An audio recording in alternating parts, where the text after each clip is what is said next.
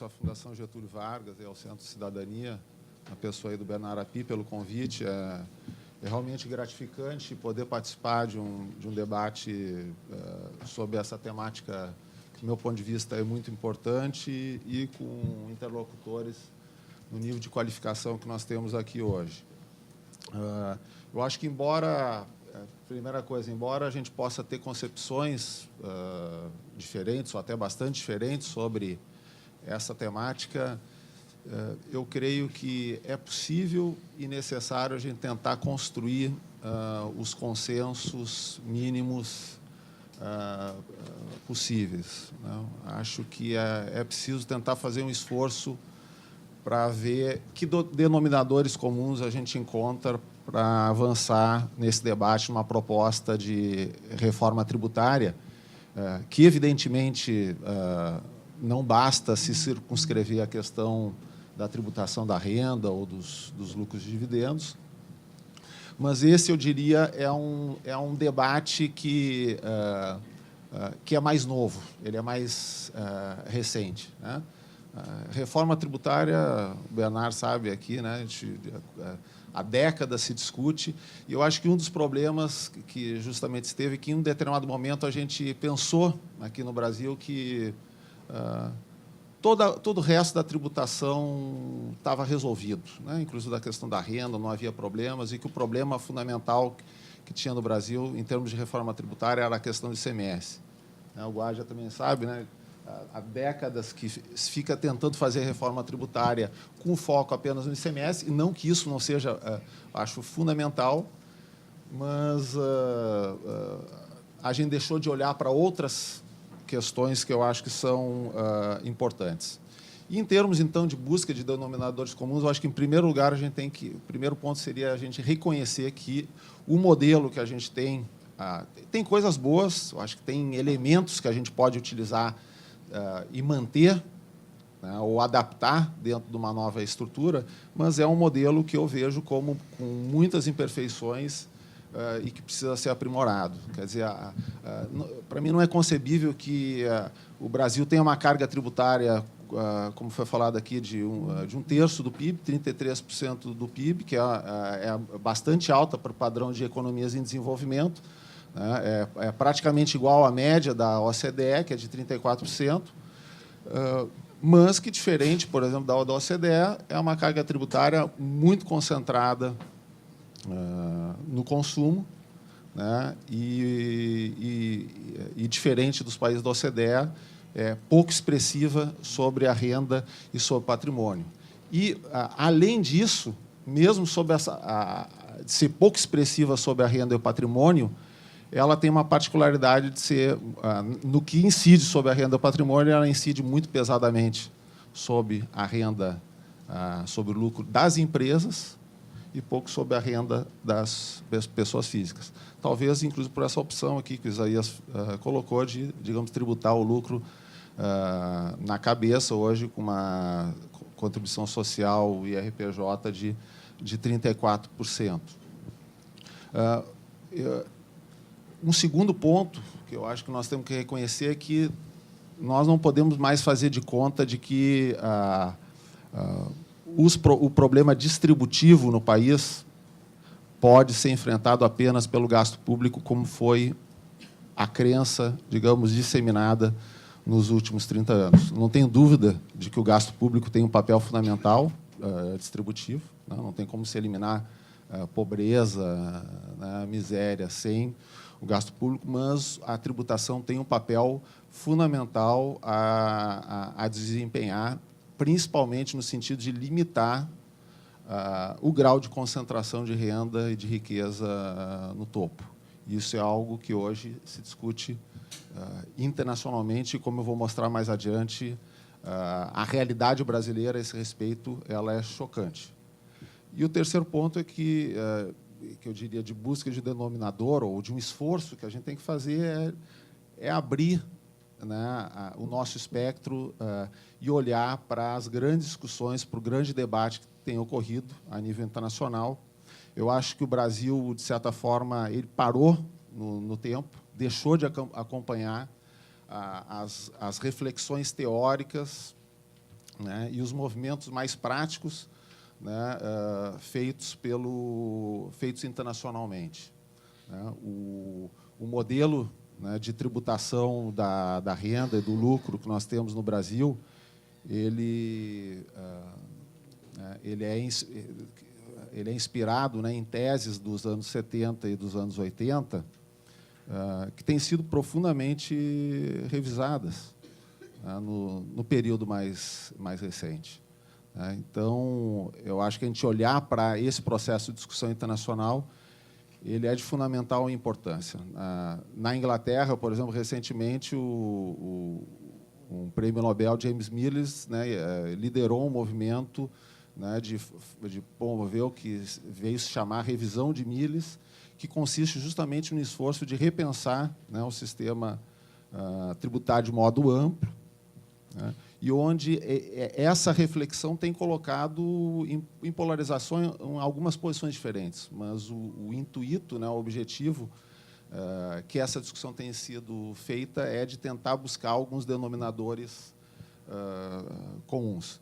E esse processo de reflexão, né, teórica, de revisão teórica, é importante que se diga, ele tem colocado sob questão alguns, como eu vinha dizendo antes, algumas crenças que estavam muito disseminadas na década de 70 como verdades absolutas.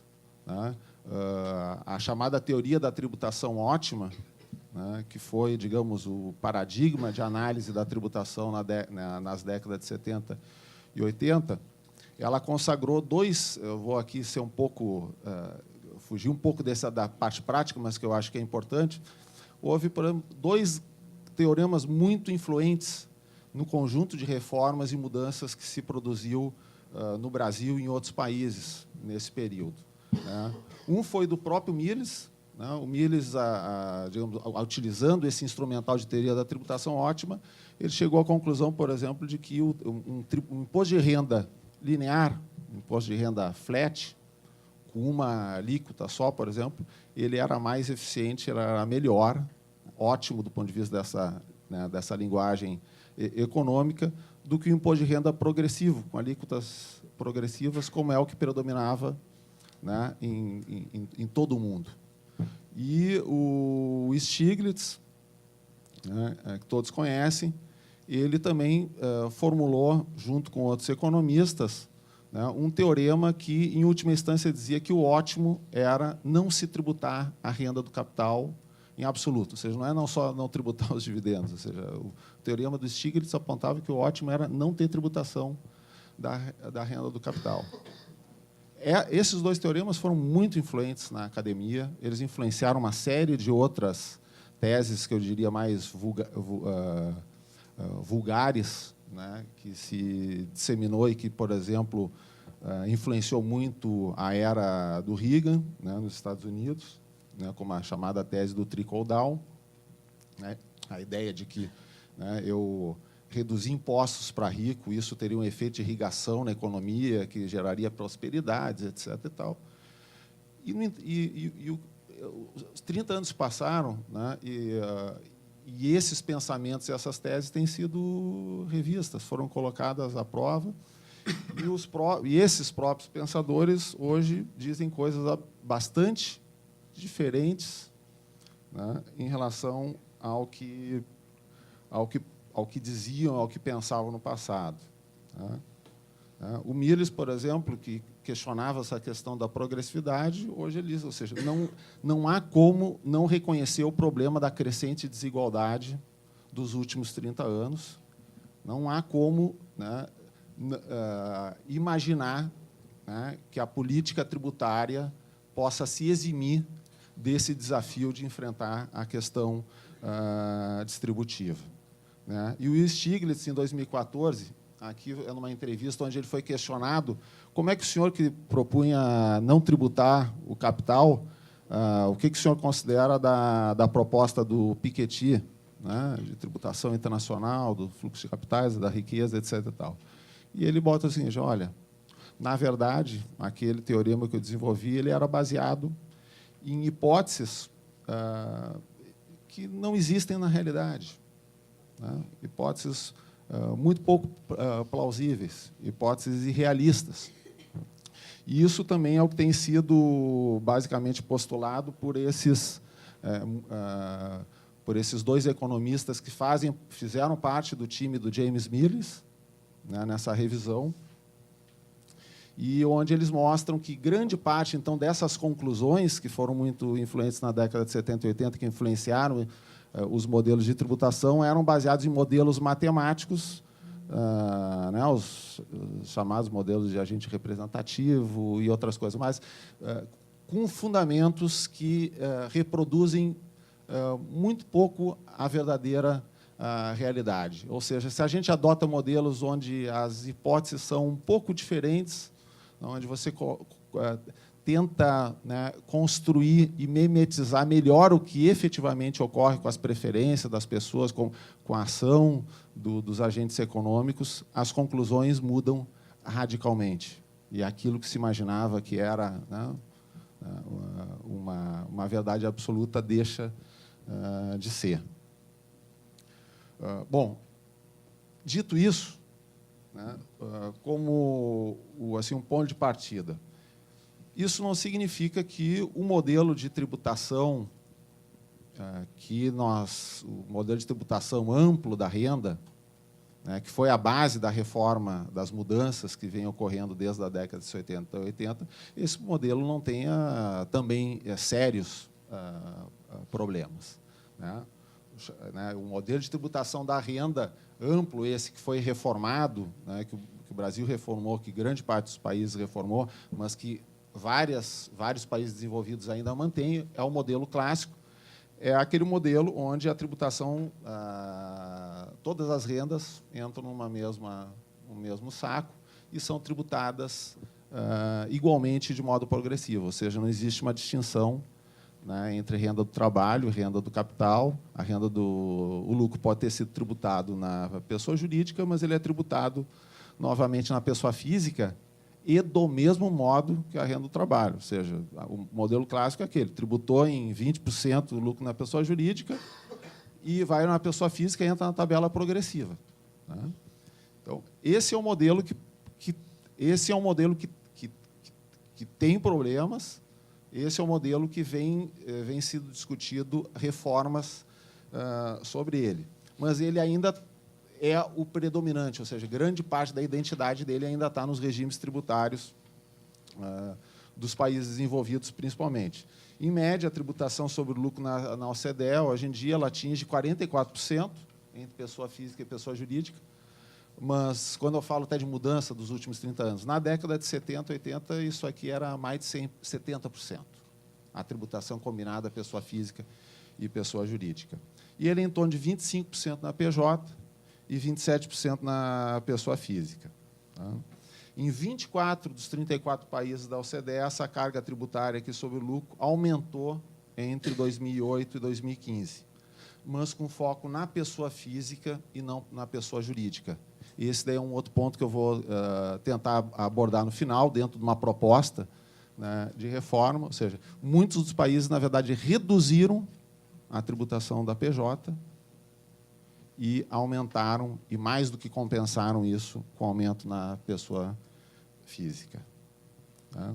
Aqui tem, eu vou passar aqui a tabela. Vejam assim que existem países que os próprios Estados Unidos, embora lá talvez esses números aqui, que são as taxas estatutárias, não reflita, né, muito bem a realidade, como, por exemplo, no Brasil mesmo. A gente vai falar em 34%, mas, na verdade, quando a gente combina com o efeito dos juros sobre capital próprio, significa que o lucro nas grandes empresas ele é tributado uma média que varia de 15%, se ele for submetido à regra dos juros sobre capital próprio, né? Você paga 15%, como se fosse isento na empresa, e paga 15% o que distribui.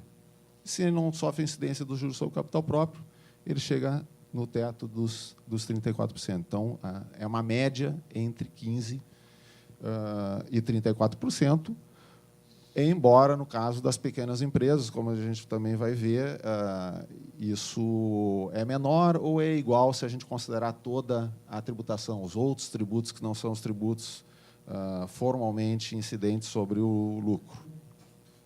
Qual que é o principal problema desse modelo que eu falava, que é o modelo amplo, que bota tudo num saco, tributa 2 vezes o lucro e de forma progressiva? Ele desincentiva a poupança, né, por encarecer o consumo futuro em relação ao consumo presente. Esse é digamos, do ponto de vista... Quando a gente fala do problema da eficiência desse nosso modelo e a crítica que se tinha ao que se tinha antes, se fala, dupla tributação, coisa e tal. E, às vezes, parece que o problema da dupla tributação é um problema formal, de que está tributando 2 vezes. Esse é o raciocínio, é o senso comum. E o problema não é esse. O problema identificado, inclusive, para mudar o sistema, apresentar dividendos, para fazer juros sobre capital próprio, como um pouco o Isaías falou, não tem nada a ver com esse problema formal de estar tributando em 2 etapas. Né? Na literatura, o grande problema que se identificava era esse viés, né, de incentivar, desincentivar a poupança, né, e também, de certa forma, também, ao ele tributar 2 vezes e tributar igual, de forma progressiva, do que a renda do trabalho, eu estou onerando muito mais a renda do capital do que a renda do trabalho, e, nesse sentido, eu desincentivo, né, as pessoas a investir em ativos físicos, né, e eu dou um maior benefício para os investimentos em capital humano. Além disso, tinha um problema mais de ordem prática, que é o fato de que a tributação sobre o lucro incide, inclusive, sobre aquela parcela da inflação, da correção monetária, que não é um ganho real. Né? E eu diria que, junto com esse terceiro elemento é o elemento mais importante, que é o efeito de distorção sobre as decisões alocativas. Né? Quer dizer, eu vou investir na empresa ou eu vou investir em ativo financeiro que é tributado uma vez só a 15%. Né? E também nas decisões de investimento, de como financiar esse investimento por parte da empresa, que é aquilo que Isaías falou, né, na medida que os juros são dedutíveis, né, isso introduz um viés que estimula a empresa a se endividar, né, e não a se capitalizar ou não investir via retenção de lucros. Então, isso aqui eram razões que justificavam, em certa parte, reformas e mudanças nesse modelo clássico de tributação da renda. E, digamos, havia duas propostas sempre em discussão para resolver isso. Uma primeira, que é, para contornar esse problema, onerar apenas o rendimento extraordinário do capital, ou seja, o rendimento do capital que superasse uma determinada taxa de juros. Tá? Esse, basicamente, hoje, a gente pode dizer, ele tem uma semelhança, embora seja diferente, com a ideia do juros sobre capital próprio, mas ele é a nível da pessoa física. Tá? E esse é o modelo que é aplicado hoje pela Noruega e, de certa maneira, também pela Finlândia. Tá? E o outro que é adotar um imposto sobre o fluxo de caixa, né, o chamado Expenditure Tax, um imposto sobre consumo, né, que incida apenas sobre a parcela consumida da renda. Né? É interessante ler o Mirrlees Review, porque ele mostra que, na prática, os 2 modelos são equivalentes, embora o fluxo dele é muito diferente. Por isso, daí falando também pessoalmente, eu prefiro muito mais o modelo norueguês, o primeiro modelo. Até porque o outro caso, ele pressupõe que tudo que eu estou poupando, eu vou estar consumindo algum dia. E, às vezes, eu posso ter, né, agentes econômicos que só vão estar poupando indefinidamente. Ou seja, nem toda a poupança é feita com o objetivo de consumir algum dia.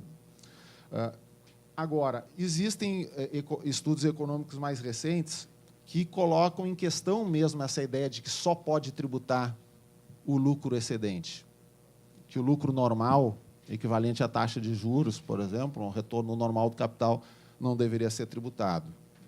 Em relação àqueles pressupostos sobre as distorções provocadas pelo sistema.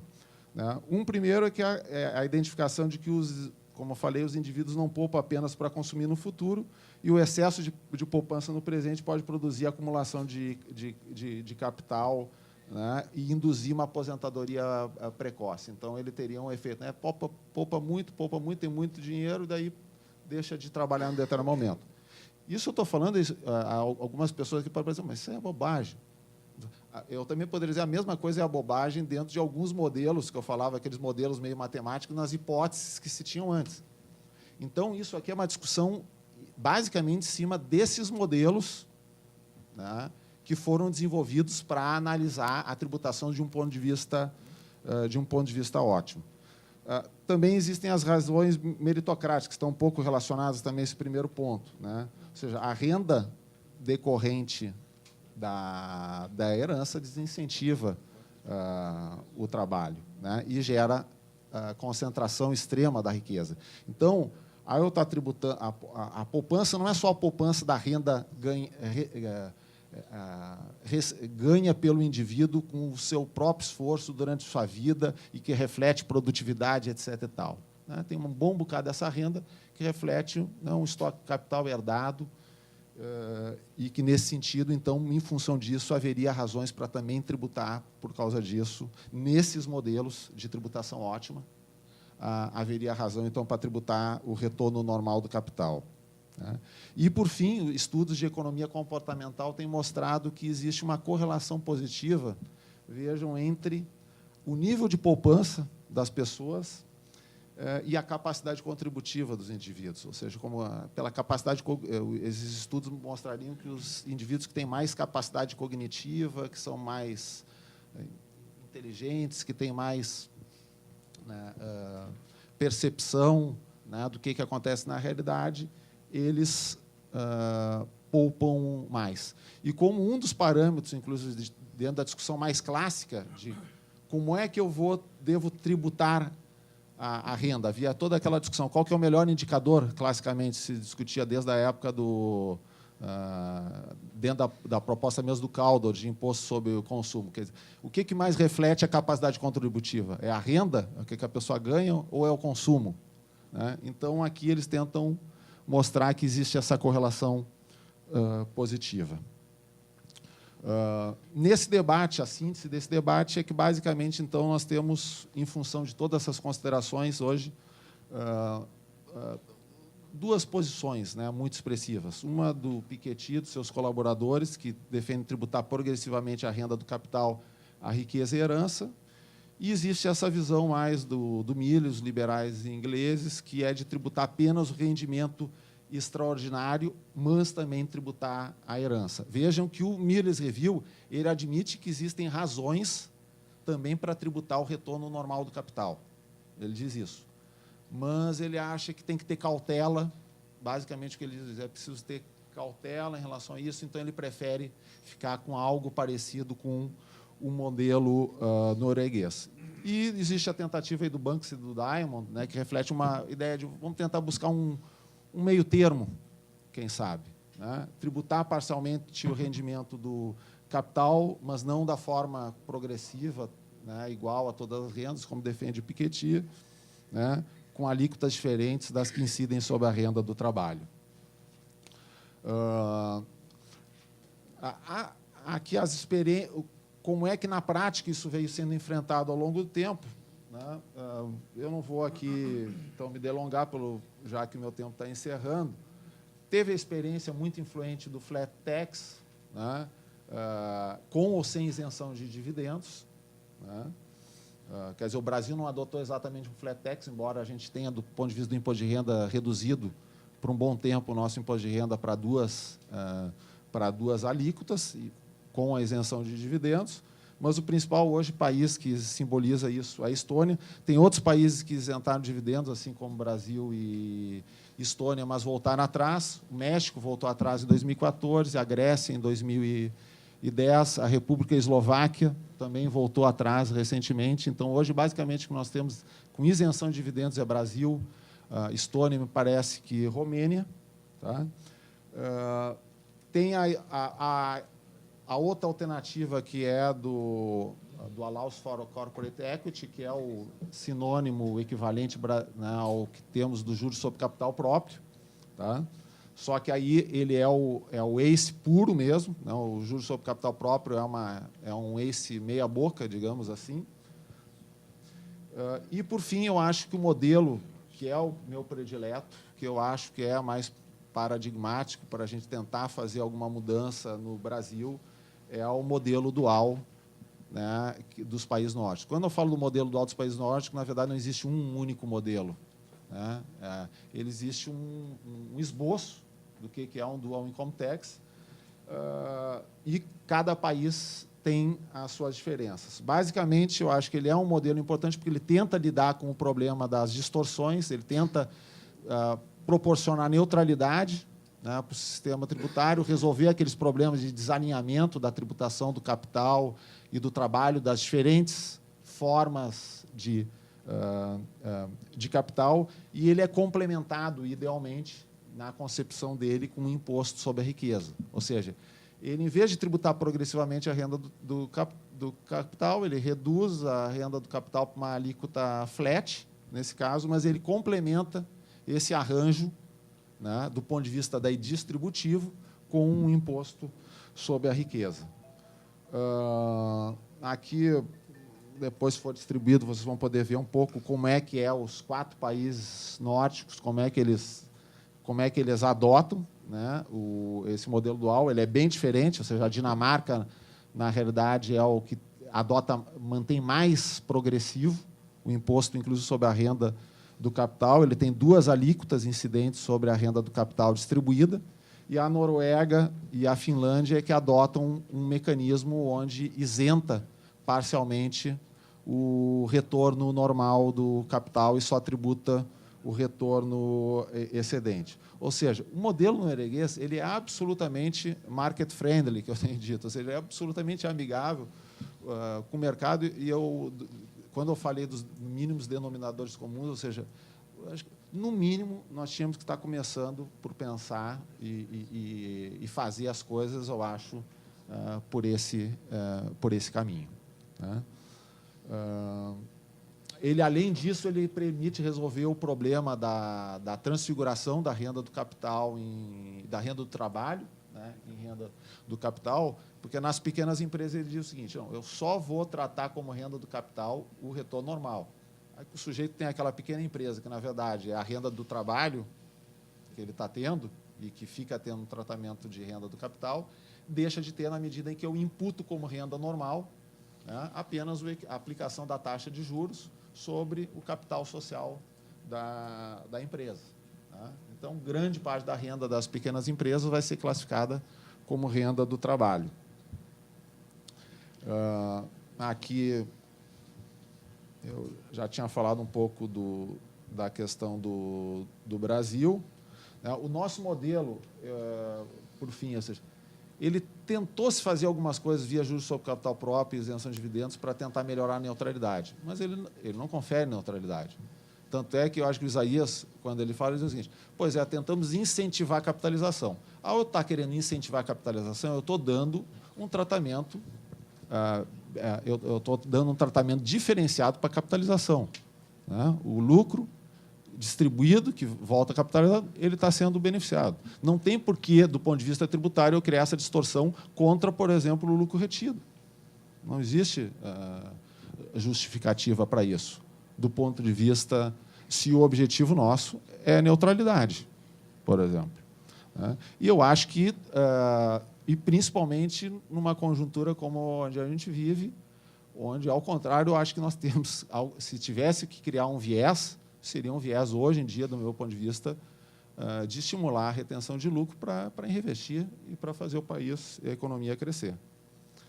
Quando eu falei da questão da concentração de riqueza, esse gráfico só que eu vou mostrar é o seguinte: isso aqui, geralmente, quando a gente fala dos muito ricos, as pessoas pensam, o 10% mais rico, 1% mais rico. Não, isso não é mais rico no Brasil. Né? Rico mesmo, é quando a gente vai para estratos como 0,1%, ou como é esse caso aqui dessa demonstração do meio milésimo mais rico da sociedade brasileira, que são cerca de 70 mil pessoas, com renda média anual de 5 milhões de reais. E a concentração, esses 70 mil, que representam 0,05%, meio milésimo da sociedade brasileira, eles concentram nada menos do que 8,5% da renda nacional. Meio milésimo concentra 8,5% da renda nacional. Não existe similar disso em nenhum país do mundo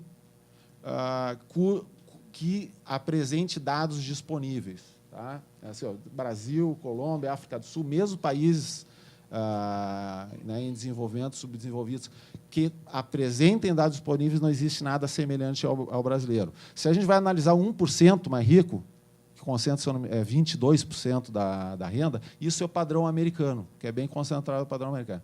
Mas um meio milésimo, 8,5%, isso não existe. E isso é concentração no topo. E aqui não é só problema de tributação, mas eu acho que a tributação tem um papel a desempenhar. Aqui, só para destacar uma coisa que eu achei interessante, analisando os últimos dados da Receita Federal, né, de 2013 para 2015, viu, Guardi? Eu acho que isso é interessante, porque ele mostra, pós-crise, o que acontece com os rendimentos. Basicamente, a renda, acompanhando a crise, ela ficou estagnada. A renda do trabalho, as rendas tributáveis, a gente vê que ela ficou estagnada. As rendas sujeitas à tributação exclusiva na fonte, veja rendimento de aplicações financeiras. Teve um crescimento nominal de 54,4% em 2 anos, real, acima da inflação, de 33,2%. Isso aqui me intrigou, entende, profundamente, 33,2%. O que poderia estar explicando? Os rendimentos isentos, não. Quer dizer, os rendimentos isentos também aumentaram substancialmente, 10,5% acima da inflação, 28% nominal. Os lucros em si, não. Os lucros aqui, refletindo a crise econômica, estão estagnados, embora a gente tenha caído, nesses 2 anos, aqui 6%, 7%, 8%, eles ficaram estagnados em 0%. E as rendas isentas de caderneta de poupança ali também tem um crescimento expressivo. A gente também tem muita transferência patrimonial, que não é daí renda, mas onde está a renda de caderneta de poupança aqui em vermelho, 73%, passou de 20% para 40%. Né? Como é que eu talvez interprete? Um palpite, não é uma conclusão certeira, é que aqueles recebedores de lucros, né, deixaram de reinvestir na empresa e botaram... Não é que a taxa de juros cresceu tanto assim, a taxa de juros não cresceu esse tanto assim, mas significa que eu mobilizei o capital que eu investia para títulos públicos para aplicações financeiras. Esse é mais um motivo para eu mudar, né, o sistema tributário e, se for para criar algum viés, como eu disse, criar um viés para a retenção de lucros e para o investimento. Fim, a proposta que eu acho que nós temos que fazer no Brasil, basicamente, é combinar isso. Nós temos que reduzir o IRPJ, a CSLL, e nós temos que retomar a tributação de dividendos em pessoa física. Eu não proponho isso do ponto de vista arrecadatório. Eu acho que nós temos que mudar a estrutura, a qualidade dessa tributação, esta combinação. Agora, se for possível, no curto prazo, a gente ter um ganho de arrecadação que ajude no ajuste fiscal, eu acho que ele é bem-vindo. Isso nós podemos fazer com uma graduação dessas mudanças. E eu acho que uma mudança desse tipo também é pró-crescimento, porque não é a mesma coisa tributar lucro da empresa e tributar o lucro distribuído. As pesquisas econômicas mostram que, inclusive, a incidência é diferente. Eu posso estar aumentando ou diminuindo o tributo sobre o lucro da empresa e, na verdade, quem está sofrendo essa incidência não é o acionista. Ele pode repassar para os trabalhadores da empresa, ele pode repassar para o consumidor. Agora, mais dificilmente tu vai provar que o tributo que incide sobre o acionista, a pessoa física, ele seria transferido. As pesquisas sob incidência tributária têm mostrado isso, que uma mudança de mix de PJ para PF, ela é pró-crescimento e ela melhora o perfil distributivo.